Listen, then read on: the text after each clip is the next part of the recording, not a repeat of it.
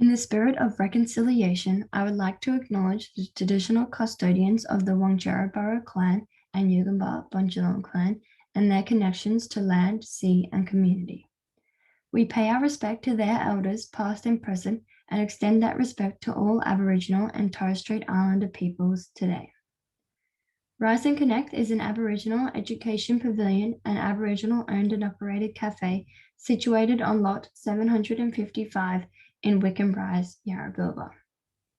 Yarrabilba is a master planned city halfway between Brisbane and the Gold Coast, and it has adopted the name of a 15-minute city, whereby all your necessities are within a 15-minute radius of your front door. Considering that the site is 200 meters away from highly culturally significant rock shelters used by the traditional owners of the Wangjarabara clan and Yugambeh Bunjalung clan as a meeting place pre-colonization, it is interesting that there is no community or cultural centre within Wickham Rise. Moreover, further analysis of the master plan 15-minute city highlighted there was no local cafes within a 15-minute walk or a 5-minute cycle of Wickham Rise. Hence, this led me to my concept, Rise and Connect, coffee, caves, and culture, an easy, accessible, and desirable place for residents of Wickham Rise and Yarrabilba to educate, explore, and engage with the diverse heritage of the land they live on. The site is also a place of residence, a 3-bedroom, 2 bathrooms, and open-plan living, dining, and kitchen 21st century home. Inspired by the Daylesford Longhouse and the Palmer Hideaway House, I have incorporated a few buffer gardens, both inside the home to divide the privacy and entry sequences throughout the home, and also as transitional spaces to distinguish between the private and public areas of the site.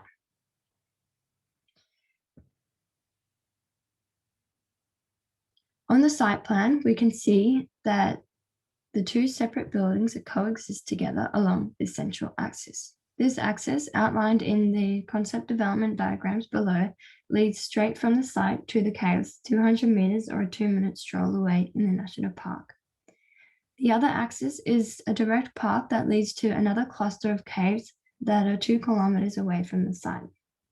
And after visiting both of the caves, I was left in awe, as the shelters were so hidden and so humble, you would have no idea they were there if you weren't trying to search for them. After locating these caves and these axes, I positioned the public Aboriginal Caves and Cultural Pavilion and the Deadly Espresso Cafe on the east of the site with complete street frontage to invite visitors in from Dryander Street and the corner of Newman Drive. While the 21st century is positioned on the west with its own private access from Newman Drive, separated by gardens with native species of golden wattles, eucalypts, flowering grass, and other species outlined on page 28 of my design brief. The last graphic illustrates the solar and wind paths impacting on the 2 structures.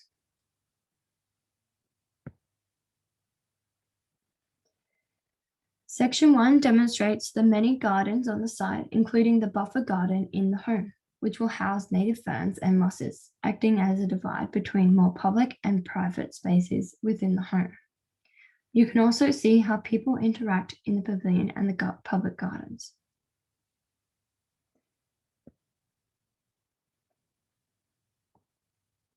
The floor plans demonstrate how using curves can soften the contrast between the 2 separate buildings. All required rooms are incorporated in the 2-story 21st century home, including an entry-level bedroom, bathroom, and water closet, all meeting the gold standard guidelines for livable housing design. See page 25 of my design brief for more information.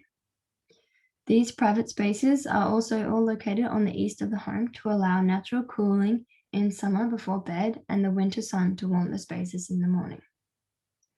Moreover, the open plan, kitchen, living and dining, and the pantry, laundry, and clothesline are all in the northwest quarter of the lot, allowing plenty of access to warm afternoon sun in winter and southerly winds to circulate in the home during summer.